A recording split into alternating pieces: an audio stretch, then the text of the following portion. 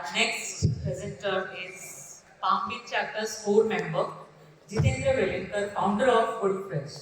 Jitendra spent 22 years in the corporate world in sales and business automation before moving into entrepreneurship. He also holds an MBA in marketing management.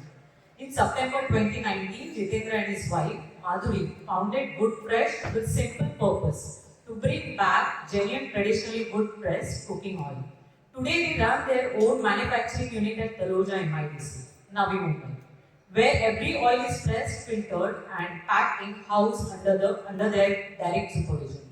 Jitendra is also an author of the 5:30 AM machine on how entrepreneur can use discipline and system to manage routine work.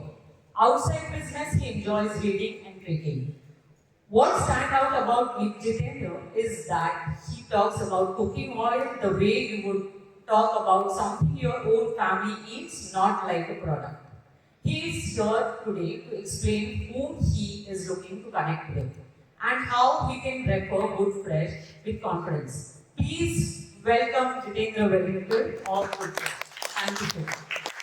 Jitendra Velinkar sir, the stage is yours, the mic is yours. Thank you Shivaji madam for such a nice bio story. Presentation सुरू करण्यापूर्वी मला तुम्हाला एक किंवा दोन छोटे questions विचारायचे आहेत, जेणेकरून आपल्या इथे जवळजवळ 80 लोक जमलेत, त्यांची क्वालिटी ओळखण्याची क्षमता आपण पटकन सिद्ध करूया. दोन इमेजेस दाखवतोय, एक आहे मारुती ऑल्टो आणि एक होंडा सिटी. जर आपल्याकडे पैशाचा प्रॉब्लेम नाही आहे तर आपण यापैकी कुठली सर्वात गाडी चांगली वाटते आपल्याला ती चूज करू? Honda city. पुन्हा एकदा आता आहे तुमच्यासमोर होंडा सिटी आणि मर्सिडीज. कुठली सिलेक्ट करतो सर आपण? म्हणजे आपण इतक्या पटकन क्वालिटी ओळखतो, बरोबर? आपल्याला काही विचार करायला लागत नाही की क्वालिटी म्हणजे काय, रिलायबिलिटी, ट्रस्ट, सेफ्टी. मग आपण आपल्या कुकिंग ऑइल बद्दल एवढा विचार का करतो? प्राइस सेन्सिटिव्ह का असतो? हेच आपण जाणून घेऊया पुढच्या 1-5 मिनिटात. तर सर्वात प्रथम आपण जाणून घेऊया रिफाईन कुकिंग ऑइल बनतं कसं. सर्वांना माहिती आहे सीड्सच्या प्रेसिंग पासून, सीड्सच्या प्रिपरेशन पासून सुरू होतं. त्याच्यानंतर इंडस्ट्रियल स्केलला ऑपरेशन असल्या कारणाने मोठ्या कंपन्यांना त्या सीड्स मधला शेवटचा ड्रॉप सुद्धा काढून घ्यायचा असतो. त्यासाठी ते वापरतात हेक्सेन सारखे केमिकल सॉल्व्हंट, ज्याच्यामधून त्या ऑइलमध्ये ट्रान्सफॅट क्रिएट होतात आणि त्याच्यानंतर ते ऑइल 7 स्टेजेस मधनं पास होतं रिफायनिंगच्या, ज्याच्यामध्ये डिगमिंग असतं. डिगमिंग मध्ये काय होतं, बेसिकली आपल्या ऑइलमध्ये ऍसिड मिक्स केलं जातं, कमिंग पार्टिकल्स काढले जातात. आता हे ऍसिड आहे ते काढण्यासाठी कॉस्टिक सोडा टाकला जातो. कॉस्टिक सोडा टाकण्यासाठी पुन्हा त्याचं वॉशिंग अँड ड्राईंग होतं. त्याच्यानंतर पुन्हा ब्लिचिंग होतं, डिवॅक्सिंग होतं. डिवॅक्सिंग मध्ये ऑइलमध्ये जास्त क्लॅरिटी आणण्यासाठी त्या ऑइलचं डिवॅक्सिंग केलं जातं. त्याच्यानंतर त्याच्यात स्मेल असतो कॉस्टिक सोडाचा, ऍसिडचा. तो स्मेल काढण्यासाठी पुन्हा त्याचं डिऑर्डरायझेशन होतं अगदी हाय स्टीम डिस्टिलेशनच्या प्रोसेसमध्ये. आणि शेवटी एक चकाकती बॉटल मिळण्यासाठी, आपल्याला चकाकतं ऑइल मिळण्यासाठी त्याचं पॉलिशिंग होतं मल्टिपल स्टेज ऑफ फिल्टरिंग मधनं. या प्रकारे आपलं रिफाईंड कुकिंग ऑइल बनतं. आता आपण जाणून घेऊया आपलं simple cold press true wood press oil कसं बनतं. काही रॉकेट सायन्स नाहीये. सिंपल वुडन चॅनलमध्ये सीड्स टाकल्या जातात. अगदी स्लो 18 रिव्हॉल्युशन्स पर मिनिट या स्पीडने त्या सीड्स प्रेस होतात आणि खाली ऑइल निघतं. तेच ऑइल आपण एकदा फिल्टर करतो आणि पॅकिंग करून जसंच्या तसं नॅचरल स्वरूपात तुमच्यापर्यंत पोहोचवतो. ते असतं true wood press cooking oil. म्हणून मी याला सारखं असंच बोलतो की ट्रू कोल्ड प्रेस ऑइल. आपण वूड प्रेस बोलतो, लाकडी गाणा बोलतो, पण आपण बोलूया true cold press cooking oil. या प्रकारे ऑइल बनतं. आता तुम्ही म्हणाल आम्ही वर्षानुवर्ष रिफाईंड ऑइल खातो काय, काही होत नाही. आणि त्याच्यावरही लिहिलेलं असतं की 0 ग्रॅम ट्रान्स फॅट. तर मित्रांनो, इथे आपल्याला एक फाईन प्रिंट माहित नसते. आपल्याच कंट्रीमध्ये एक लेबलिंग लॉ आहे, ज्याच्यामध्ये पर सर्विंग साईज जर 0 किंवा 0.49 जरी असेल ग्रॅम, तरी सुद्धा आपण राऊंड डाऊन करू शकतो आणि लेबलवर लिहू शकतो 0 ग्रॅम ट्रान्स फॅट. तर ह्या लॉमुळे होतं काय की आपल्याला असं वाटतं की आपण ट्रान्स फॅट बिलकुल खात नाहीये रिफाईंड ऑइलमध्ये, पण त्याच्यात असतात आणि ते सर्वात घातक असतात आपल्या शरीरासाठी, आपल्या हृदयासाठी. त्याच्यानंतर कोल्ड प्रेस कुकिंग ऑइलमध्ये नॅचरली सर्व अँटीऑक्सिडंट्स आणि सर्व न्यूट्रिएंट्स जसे कॅरी होतात. वेगळ्याच रिफाईंड ऑइलमध्ये आपण आताच बघितलं 7 स्टेजमध्ये ऑइल पास केल्यानंतर त्याच्यात काही राहत नाही, पण शेवटी फोर्टिफिकेशन करायला लागतं, इंजेक्ट करायला लागतं व्हिटॅमिन्स डी आणि E. Cold press cooking oil असतं ते असतं थिक, त्यामुळे काय होतं थोडंसं जरी टाकलं तरी ते पॅन बऱ्यापैकी ग्रीजिंग करतं आणि थोड्या ऑइलच्या क्वांटिटीमध्ये आपण अतिशय सुंदररित्या चांगला चविष्ट स्वयंपाक बनवू शकतो. म्हणूनच कोल्ड प्रेस कुकिंग ऑइल वापरणं ही आपली आजची गरज आहे, हेल्थ आणि काळाची. आता आपण जाणून घेऊया कोल्ड प्रेस कुकिंग ऑइलच्या एका थेंबामध्ये नक्की असतं काय?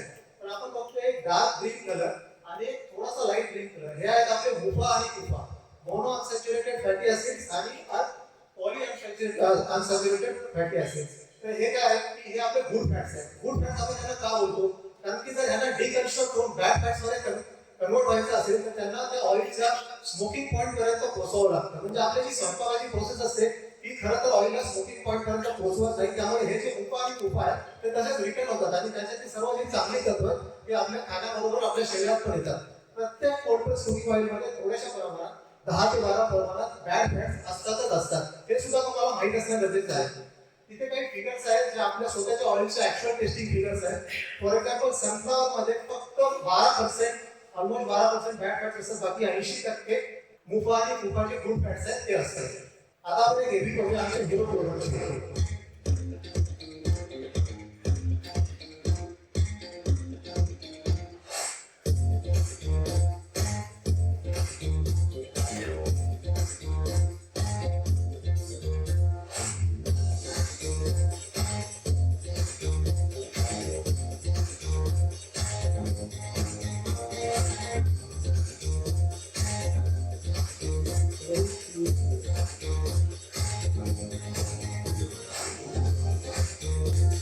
हा होता आमचा हिरो प्रोडक्ट फ्लॅक्सी ऑइल.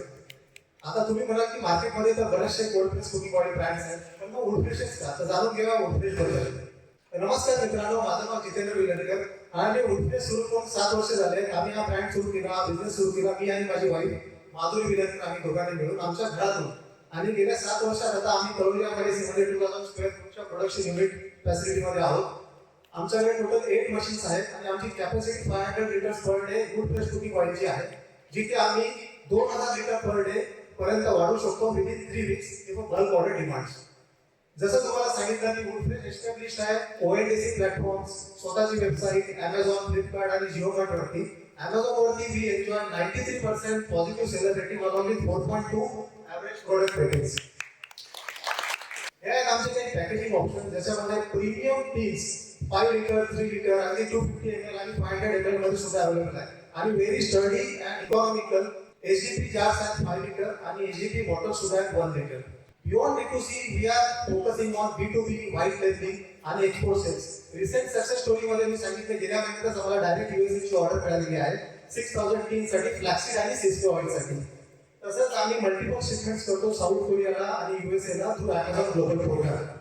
तो why refer Woodfresh with confidence. तर मी कस्टमरला ऑइल विकतच नाही, मी त्यांच्याकडनं त्यांचा चॅलेंज खरं जाणून घेतो आणि त्यांना सोल्युशन देण्याचा प्रयत्न करतो. आमची ऑल ओव्हर प्रोडक्शन टीम आहे, supervise by my wife Madhuri, जेणेकरून क्वालिटी आणि हायजीन ऑटोमॅटिकली एन्श्योर होत. मला बघायलाच लागत नाही याच्या गोष्टींमध्ये.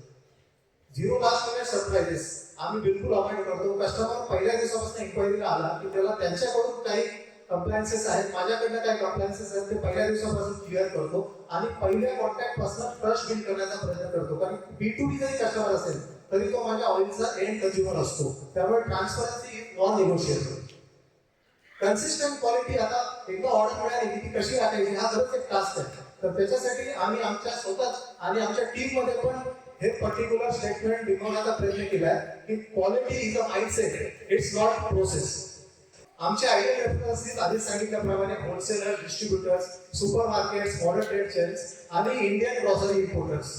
आणि माझी आजची स्पेसिफिक असेल मुंबईमधले जर तुम्हाला Bombay government market, food square, society stores यांचे काही कनेक्ट डायरेक्ट फाउंडरचे ओनरचे असतील तर ते मला जरूर द्या.